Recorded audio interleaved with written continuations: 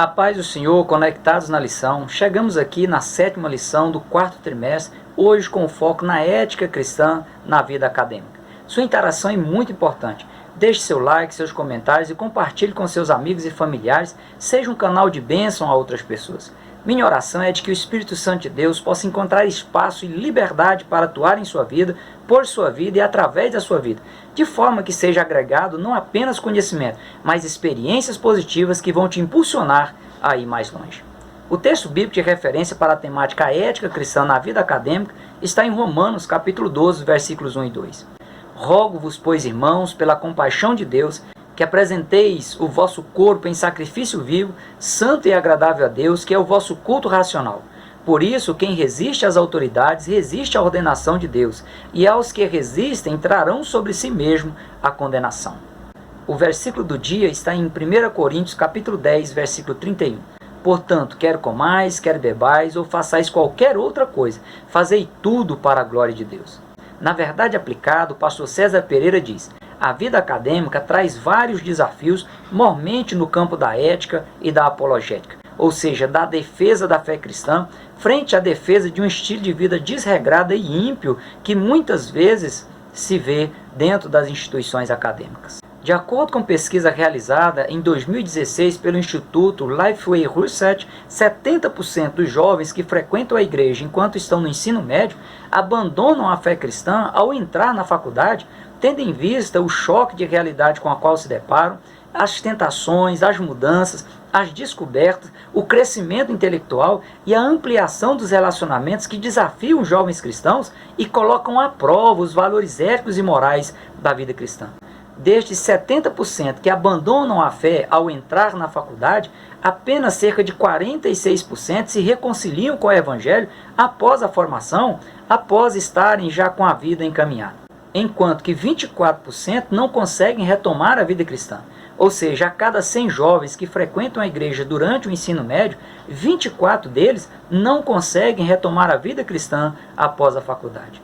Um outro panorama totalmente diferente ocorre com os muçulmanos, os adeptos do islamismo. A regra quase que geral é que eles entram na faculdade como muçulmanos e saem como muçulmanos, com uma grande probabilidade de eles converterem seus colegas ao islamismo. Por que essa diferença gritante entre os cristãos e os muçulmanos seguidores do islamismo? A questão está na base familiar e religiosa da pessoa.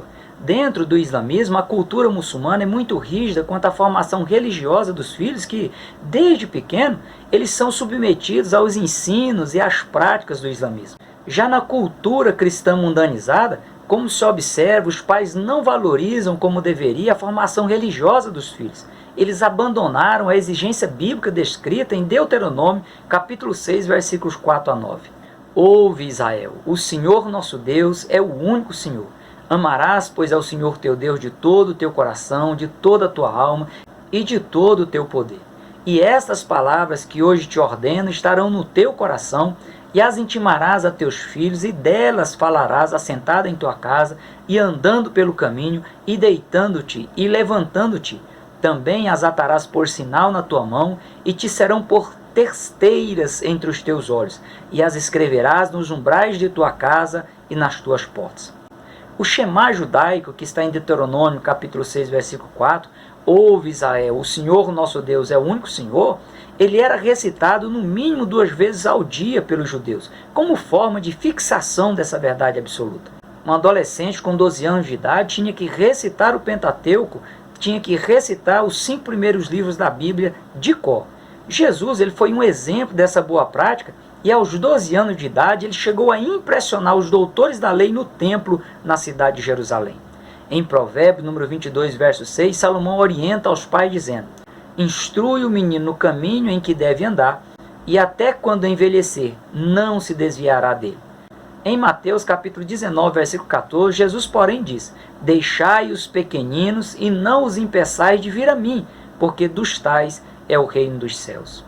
Cabe aos pais a responsabilidade de ensinar os filhos sobre os princípios cristãos para evitar que eles desviem em algum momento da vida, principalmente no período da vida acadêmica. Mas também cabe aos filhos estarem dispostos a se submeterem a essas instruções e se prepararem para preservar a fé intacta e, no futuro, estarem prontos para criar os próprios filhos. Ser discípulo de Jesus envolve todos os aspectos da vida humana, todo o modo de viver de uma pessoa, e para fazer discípulo para Jesus, a pessoa tem que ser discípula de Jesus. As graduações são necessárias tanto na vida física quanto na vida espiritual, e os conhecimentos adquiridos em todas as modalidades de formação escolar e acadêmica devem servir para a glória de Deus e para a expansão do seu reino. Esse é um crescimento necessário, e a academia é o local que ele deve ocorrer. Os desafios e as tentações devem servir para fortalecer a fé cristã e comprovar que a pessoa é de fato compromissada com a vontade de Deus e com o crescimento do seu reino na terra. Além disso, a competitividade do mercado de trabalho exige boa formação intelectual, mas também precisa de pessoas de bem, pessoas que estejam imunes aos desvios de caráter, responsáveis pelas culturas da corrupção, da obtenção de lucros desonestos, da deslealdade e de toda sorte de imoralidade nos ambientes de trabalho, como também no convívio social e familiar. As graduações e especializações são o canal para os jovens conseguirem melhores salários e a colocação em profissões com possibilidade de melhor qualidade de vida. Sobretudo, deve-se preservar o temor a Deus para que a pessoa possa fazer a diferença de forma positiva e seja destaque no ambiente de trabalho, agregando valor de conceito ao profissional, o que o levará a ser melhor ranqueado diante dos gerentes, dos diretores e dos presidentes das empresas. Afinal, Jesus disse: vós sois o sal da terra, e se o sal for insípido, com que se há de salgar? Para nada mais presta, senão para ser lançado fora e ser pisado pelos homens.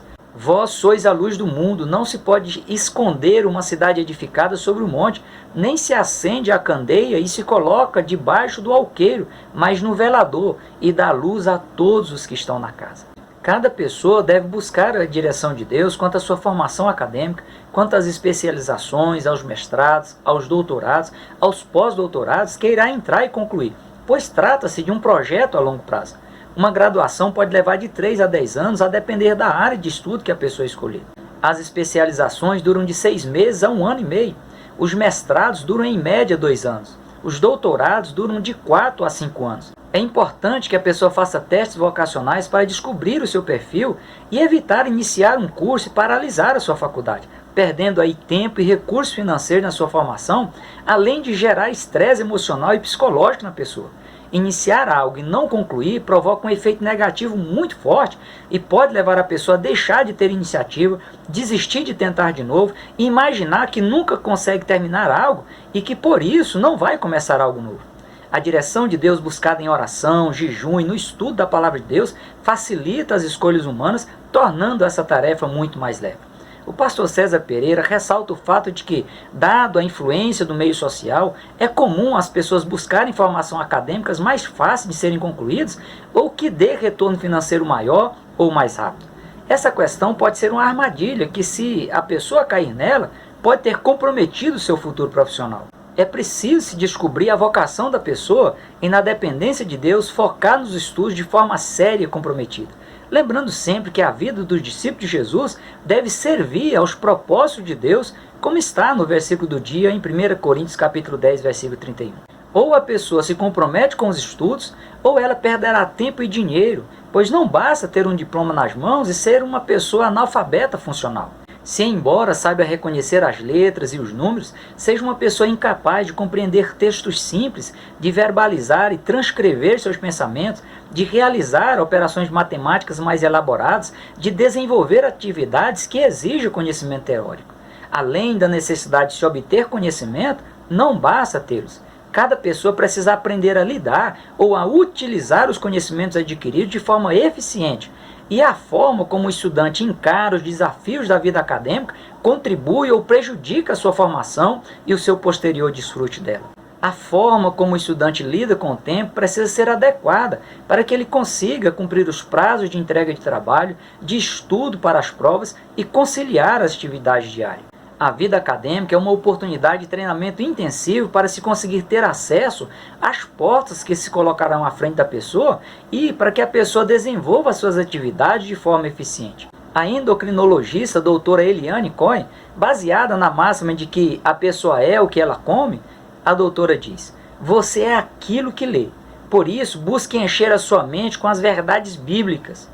É verdade que falar em mudanças de hábitos é assustador para muitas pessoas.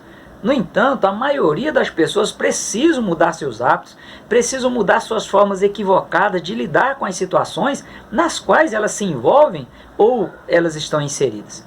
Uma vida acadêmica pautada nos princípios da ética cristã é o canal para o estudante ser ajudado, orientado, cuidado, protegido e guiado pelo Espírito Santo de Deus.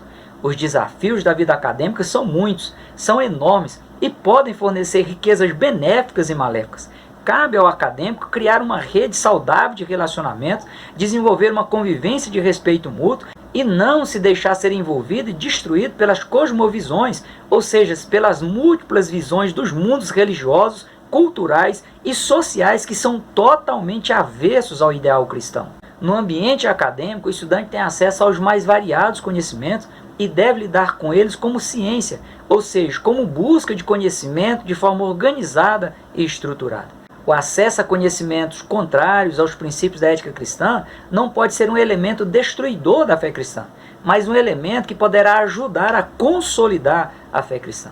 Estudar sobre o evolucionismo, sobre o ateísmo e tantas outras teorias que apresentam pressupostos de estudiosos que pensaram a partir de um ponto de vista hipotético fora da perspectiva divina, pode conduzir o cristão a se firmar ainda mais nas verdades absolutas apresentadas nas Escrituras Sagradas. Como bem diz o meu professor de filosofia, Giovanni Ribeiro, ainda que algumas coisas sejam desconstruídas, deve ser para se reconstruir de forma estruturada e ainda mais forte. Uma vida devocional diária, com leitura da Bíblia, oração e jejum, é fundamental para se preservar a mente, que é a líder da alma, do intelecto, do conhecimento, do raciocínio e da memória. Em Efésios capítulo 6, versículos 10 a 12, Paulo adverte: No demais, irmãos meus, fortalecei-vos no Senhor e na força do seu poder. Revesti-vos de toda a armadura de Deus, para que possais estar firmes contra as astutas ciladas do diabo. Porque não temos que lutar contra a carne e sangue, mas sim contra os principados, contra as potestades, contra os príncipes das trevas deste século, contra as hostes espirituais da maldade nos lugares celestiais. Com isso, a pessoa também terá condições de cuidar da sua conduta cristã, da sua forma moral e ética de agir e de se conduzir, já que os princípios da ética cristã andam na contramão do mundo. Nos ambientes acadêmicos é comum ter eventos regados de músicas profanas, de drogas lícitas e ilícitas, de práticas sexuais impróprias a um cristão e de relacionamentos ímpios. Os acadêmicos também serão tentados a comprar suas monografias, seus TCCs, que são os trabalhos necessários para a conclusão das graduações ou das pós-graduações. Essa prática pode até facilitar a conclusão de um curso, mas além de ser reprovada do ponto de vista da ética cristã, é uma geradora de analfabetos funcionais. O apóstolo Paulo foi claro ao expor a necessidade de os servos e as servas do Senhor adotarem conduta diferente à do mundo ímpio. E não vos conformeis com este mundo, mas transformai-vos pela renovação do vosso entendimento, para que experimenteis qual seja a boa, agradável e perfeita vontade de Deus. Somente pessoas transformadas podem transformar o ambiente acadêmico em um local de formação saudável e sustentável. O testemunho de um jovem que mantém a conduta de vida cristã autêntica é um excelente meio de se propagar os valores do reino de Deus aqui na terra, para que outras pessoas percebam que podem ser transformadas, que elas desejem serem transformadas e se deixem ser transformadas por Jesus. As reuniões de louvor e adoração nos campos universitários possibilitam a abertura de diálogo com pessoas que estão carentes de salvação e que passam a participar também de momentos de leitura da Bíblia e de orações. Isso feito, o resultado será fantástico. Pessoas serão impactadas pelo poder transformador do Evangelho de Jesus Cristo. Toda pessoa que é alcançada pelo amor de Deus e experimenta o amor de Deus, ela deve levar o amor de Deus a outras pessoas, compartilhar com as outras pessoas o sublime e incondicional amor de Deus. O amor, ele é descrito por Paulo como sendo a maior virtude que uma pessoa possa ter, preservar e colocar em prática. Jesus é a maior expressão do amor de Deus para com o ser humano, bem como é a maior expressão do mais alto grau de condescendência divina, do ato de Deus se rebaixar para estar com a humanidade. Deus poderia muito bem sobreviver sem a humanidade, mas a humanidade não sobrevive sem o amor oferecido e demonstrado na prática por Deus. O que ocorre é que as pessoas desconhecem o amor de Deus e precisam ter a oportunidade de experimentá-lo. Tendo em vista a correria, a pressão do ambiente acadêmico, muitas pessoas se afastam ainda mais de Deus, caem em depressão e até recorrem ao suicídio como uma tentativa de fugir das dores que atingem a sua psique. E é nesse ambiente opressor, hostil e sem esperança que é um excelente ambiente, um excelente lugar para se oferecer o amor de Deus às pessoas. Um sorriso, um abraço, um ouvido amigo e leal são ferramentas úteis nas mãos de Deus para sarar as feridas da alma, como também as feridas da vida. O cristão, ao adentrar em uma faculdade ou em uma universidade, deve estar consciente de sua missão, pois se é Deus quem dá o sobrenome de uma pessoa, ou seja, quem escolhe a família na qual a pessoa virá nascer, crescer e desenvolver, estar em um ambiente acadêmico não deve ser visto como uma mera coincidência do destino, mas como uma escolha divina. Jesus, em João capítulo 15, versículo 16, ele foi específico ao dizer: não me escolheste vós a mim, mas eu vos escolhi a vós e vos nomeei para que vades e deis frutos, e o vosso fruto permaneça, a fim de que tudo quanto em meu nome pedirdes ao Pai, Ele vos conceda. E isso também deve ocorrer no ambiente acadêmico. Há um propósito claro e específico de Deus para os seus servos e suas servas, onde quer que eles estejam, inclusive no ambiente acadêmico. O físico Albert Einstein, ele diz que Deus não joga dados com o universo na expectativa de obter um resultado que lhe beneficie. Ao introduzir ou implantar seus servos e suas servas em um ambiente, seu propósito é o de alcançar outras vidas para o seu reino. Se o objetivo divino for alcançado, o próprio Deus se encarregará de ajudar seus servos e suas servas a serem bem-sucedidos no que eles estiverem fazendo ou no que propuserem a fazer, inclusive a preservar a ética cristã na vida acadêmica. Já que a fé cristã é baseada no conhecimento de Deus revelado nas páginas sagradas, e as experiências positivas vivenciadas pelo cristão é que dão solidez à fé cristã. E essas experiências com Deus, nos diferentes ambientes de convivência do cristão, são fundamentais para convencer outras pessoas das vantagens e da diferença positiva de se viver uma vida temente a Deus. O escritor Joabes Rodrigues, no seu livro Ciência e Fé Cristã, ao falar da coexistência e das fronteiras entre a ciência e a fé cristã, ele diz: a fé cristã está baseada numa autêntica sabedoria, possui um firme fundamento, suas bases são inabaláveis e suas evidências são reais. Como bem ressalta o pastor César Pereira, o cristão genuíno é consciente e zeloso no cumprimento da sua grande comissão e reconhece qualquer ambiente como um campo fértil para ganhar almas para Jesus, seja por meio da pregação do Evangelho ou do seu testemunho diário de vida. Portanto, esse tipo de consciência e zelo deve ser estimulado, desenvolvido e preservado pelos servos e servas do Senhor também no ambiente acadêmico. Que Deus abençoe sua vida de forma transbordante. Até a próxima reflexão. Prossiga na paz do Senhor.